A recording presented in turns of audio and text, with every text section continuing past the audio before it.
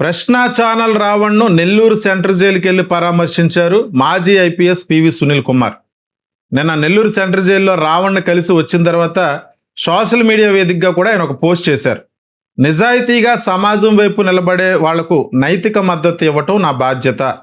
ప్రశ్న రావణ్ని నెల్లూరు సెంట్రల్ జైల్లో కలవటం జరిగింది. చాలా ధైర్యంగా ఉన్నాడు. అతను బయటకు వచ్చాక డబుల్ స్ట్రాంగ్ ఎపిసోడ్స్ చూడొచ్చు అంటూ పివి సునీల్ కుమార్ ఒక పోస్ట్ కూడా చేశారు. అంటే మొదటి నుంచి కూడా రావణ్పై పెట్టినటువంటి ఉపా చట్టాన్ని వ్యతిరేకిస్తున్నటువంటి వ్యక్తుల్లో పివి సునీల్ కుమార్ గారు ఒకరు. ఆయనతో పాటు మరొక మాజీ ఐపీఎస్ అయినటువంటి ఏబి వెంకటేశ్వరరావు గారు, వీళ్ళిద్దరూ కూడా మొదటి నుంచే రావణ్కి మద్దతుగా నిలిచారు. అంటే విజయవాడలో జరిగినటువంటి ఒక రౌండ్ టేబుల్ సమావేశంలో పివి సునీల్ కుమార్ ప్రముఖంగా రావణ్పై పెట్టినటువంటి ఉపా చట్టాన్ని ఉపసంహరించాలి, ఈ చట్టాన్ని ఈ దేశంలో రద్దు చేయాలంటూ ప్రముఖంగా వాయిస్ వినిపించారు. ఆయన ఏబి వెంకటేశ్వరరావు గారు కూడా 20 పేజీల రిమాండ్ రిపోర్ట్లో రావణ్పై మావోయిస్టు భావజాలను వ్యాప్తి చేయడానికి చేస్తున్నాడన్నట్టు చెప్పడానికి కావలసినటువంటి ఆధారాలు ఏమీ లేవు. ఒక వీడియోలో వాయిస్ ఓవర్ మాత్రమే ఇచ్చాడు, అంతకు మించినటువంటి వేరే కంటెంట్ ఏమీ లేదు. ఈ రకమైనటువంటి చట్టాలు ఉపయోగించి ఒక యూట్యూబర్ని, జర్నలిస్ట్గా ఉన్నటువంటి వ్యక్తిని ఇబ్బంది పెట్టడం సరికాదు. మామూలు కేసులు పెట్టండి, లేదంటే పరువు నష్టం దావా వేయండి, కానీ ఇటువంటి కేసులు పెట్టడం సరికాదు, దీన్ని ఉపసంహరించుకోవాలంటూ పివి సునీల్ కుమార్ గారు అలాగే ఏబి వెంకటేశ్వరరావు గారు వీళ్ళిద్దరూ కూడా ప్రముఖంగా వాయిస్ వినిపించారు. ఇప్పటికీ రావణ్ సెంట్రల్ జైల్లో రిమాండ్ అనుభవిస్తూ నెల రోజులు దాటింది.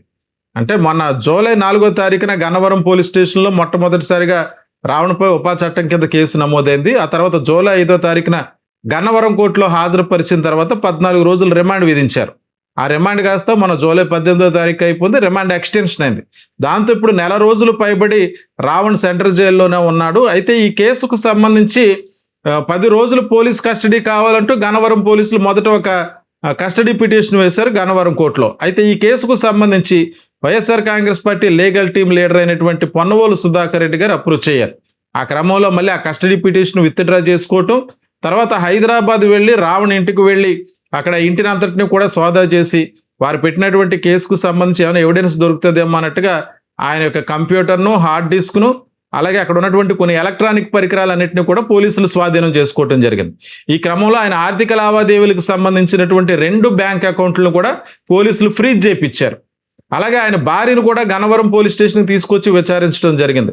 అయితే ఆమె అనంతరం తర్వాత వెళ్ళి ఆమె ఏపీ హైకోర్టులో కూడా పోలీసులు స్వాధీనం చేసుకున్నటువంటి పరికరాలన్నీ కూడా తిరిగి అప్పగించాలంటూ ఒక పిటిషన్ దాఖలు చేయడం జరిగింది. దాని మీద విచారణ కూడా కొనసాగుతుంది. మరొక వైపు రావణ్పై పెట్టేటువంటి కేసుకు సంబంధించి విచారణ కొనసాగుతుండగానే 10 రోజుల కస్టడీ పిటిషన్ విత్డ్రా చేసుకున్నారు పోలీసులు. మళ్ళీ 15 రోజుల కస్టడీ కోరుతూ మరొక పిటిషన్ వేశారు.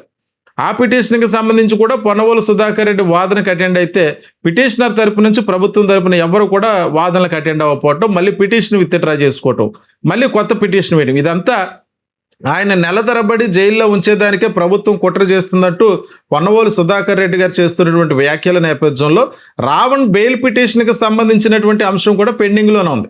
యాక్చువల్గా ఉపా చట్టంపై పెట్టినటువంటి కేసులకు బెయిల్ ఇచ్చేటువంటి అవకాశం ఉండదని తెలిసినప్పటికీ ఒకవేళ ఏ ఆధారాలు లేకపోతే కోర్టు కన్సిడర్ చేసి బెయిల్ ఇస్తే ఒక 2 నెలల్లో బెయిల్ వచ్చేటువంటి అవకాశం ఉంటుంది అన్నట్టుగా తెలుస్తుంది. ఈ బెయిల్ అప్లికేషన్ కూడా పొన్నవోలు సుధాకర్ రెడ్డి మూవ్ చేస్తున్నారు.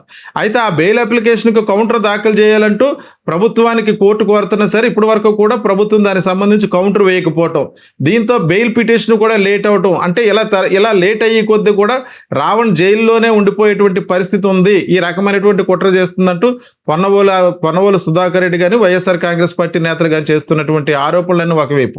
అంటే ఈ కేసులకు ముందు మామూలు కేసులు పెట్టారు రావణ్పై, తెలిసింది అందరికీ. పిఠాపురం పోలీస్ స్టేషన్లో కావచ్చు, సర్పవరం పోలీస్ స్టేషన్లో కావచ్చు, లేదా Yanagudur police station, Nakkapalli police station, ఈ 4 పోలీస్ స్టేషన్లో కూడా రావణ్పై పెట్టినటువంటి కేసులన్నీ కూడా బిలో 7 ఇయర్స్కి శిక్ష పడేటువంటి సెక్షన్లకు సంబంధించినటువంటి కేసులు కాబట్టి వాటిలన్నిటికీ కూడా స్టేషన్ బెయిల్ కూడా ఇచ్చివేయచ్చు. కానీ పోలీసులు రావణ్ని కోర్టుకి అటెండ్ చేయటం, ఈ క్రమంలో దానికి చట్టంలో అనుమతి లేదు కాబట్టి, అంటే చట్టంలో అనుమతి లేదంటే బెయిల్ ఇచ్చేటువంటి అవకాశం ఉంది కాబట్టి కోర్టులన్నీ 4 కోర్టుల్లో కూడా బెయిల్ మంజూరు చేయటం, ఈ క్రమంలో ఏలూరు పోలీస్ స్టేషన్కి తీసుకువెళ్తుండగానే గన్నవరం పోలీస్ స్టేషన్లో నమోదైనటువంటి కేసుకు సంబంధించి ఆయన అక్కడ తరలించడం, దానిపై రిమాండ్కి పంపించడం జరిగింది. ఈ పరిణామాలన్నీ ఒకెత్తైతే మొదటి నుంచి కూడా ఈ 4 పోలీస్ స్టేషన్లు, అంటే ముందు ఏదైతే పిఠాపురం కానీ సర్పవరం కానీ ఆ 4 పోలీస్ స్టేషన్లో కూడా ప్రముఖంగా జడా శ్రావణ్ కుమార్ రావణ్ తరపున వాదనలు వినిపించిన, ఎప్పుడైతే ప్రశ్న ఛానల్కి సంబంధించినటువంటి CEO గమన ఆమె హెల్ప్ కోసం జగన్మోహన్ రెడ్డిని ఆశ్రయించడం, ఆమెను కలిపితే న్యాయ సహాయం అందిస్తామని చెప్పి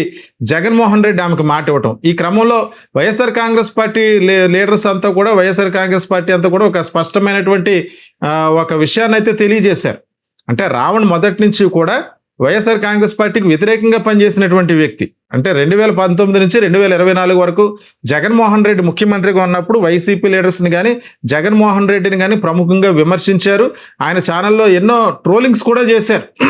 ఆయన ప్రముఖంగా తెలుగుదేశం పార్టీకి సన్నిహితంగా ఉండేటువంటి వ్యక్తి.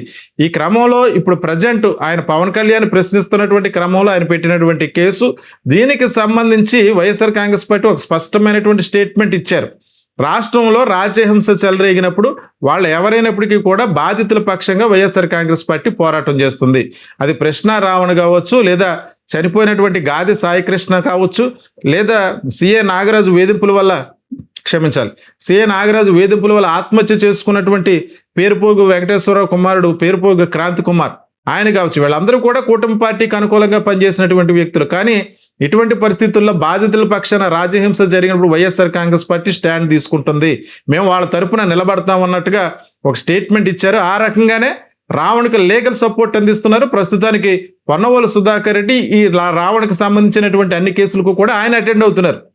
మరొక వైపు రావణ్పై మిగిలిన పోలీస్ స్టేషన్లో పెట్టినటువంటి కేసులన్నింటినీ కూడా ఒకే కేసుగా పరిగణించాలని చెప్పి హైకోర్టులో హేపియస్ కార్పస్ పిటిషన్ ఒకటి ఫైల్ చేయడం జరిగింది.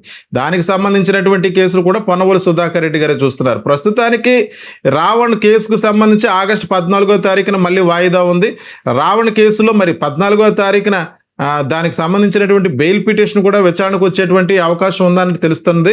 దీనికి సంబంధించి ఆయనకు బెయిల్ వచ్చేటువంటి అవకాశం ఉందా, లేదంటే పోలీసులు మళ్ళీ కస్టడీ కోరుతూ మళ్ళీ ఏమైనా పిటిషన్ వేసి ఆయన కస్టడీ కోరేటువంటి అవకాశం ఉంటుందా, ఏం జరగబోతుంది అన్న దానిపై కూడా సర్వత్రా ఉత్కంఠ నెలకొన్నటువంటి పరిస్థితుల్లో తాజాగా పివి సునీల్ కుమార్ అయితే నెల్లూరు వెళ్ళి రావణ్ని కలిసి రావడం, దానికి సంబంధించి ఆయన పోస్ట్ చేసినటువంటి అంశం చూసినట్టయితే ఆయన బయటకు వచ్చి డబుల్ స్ట్రాంగ్ వీడియోస్ చేస్తారని చెప్పి ఆయన చెప్తున్నటువంటి పరిస్థితి చూస్తే రావణ్కి బెయిల్ వచ్చేటువంటి అవకాశం కూడా ఉందేమో అన్నటువంటి అనుమానాలు కూడా కలుగుతున్నాయి. ప్రస్తుతానికైతే అవకాశం ఉందని తెలుస్తుంది. దీనికి సంబంధించి ఆయనకు బెయిల్ వచ్చేటువంటి అవకాశం ఉందా, లేదంటే పోలీసులు మళ్ళీ కస్టడీ కోరుతూ మళ్ళీ ఏమైనా పిటిషన్ వేసి ఆయన కస్టడీ కోరేటువంటి అవకాశం ఉంటుందా, ఏం జరగబోతుంది అన్న దానిపై కూడా సర్వత్రా ఉత్కంఠ నెలకొన్నటువంటి పరిస్థితుల్లో తాజాగా పివి సునీల్ కుమార్ అయితే నెల్లూరు వెళ్ళి రావణ్ని కలిసి రావడం, దానికి సంబంధించి ఆయన పోస్ట్ చేసినటువంటి అంశం చూసినట్టయితే ఆయన బయటకు వచ్చి డబుల్ స్ట్రాంగ్ వీడియోస్ చేస్తారని చెప్పి ఆయన చెప్తున్నటువంటి పరిస్థితి చూస్తే రావణ్కి బెయిల్ వచ్చేటువంటి అవకాశం కూడా ఉందేమో అన్నటువంటి అనుమానాలు కూడా కలుగుతున్నాయి. ప్రస్తుతానికైతే రావణ్ కేసుకు సంబంధించినటువంటి అప్డేట్స్ ఇవి. మరి ఆగస్టు 14వ తారీఖున ఆయన కేసు విచారణ ఉంది. బెయిల్ వస్తుందా లేదా, లేకపోతే రిమాండ్ ఎక్స్టెన్షన్ అవుతుందా అన్న దానిపై సర్వత్రా కూడా ఉత్కంఠ నెలకొంది.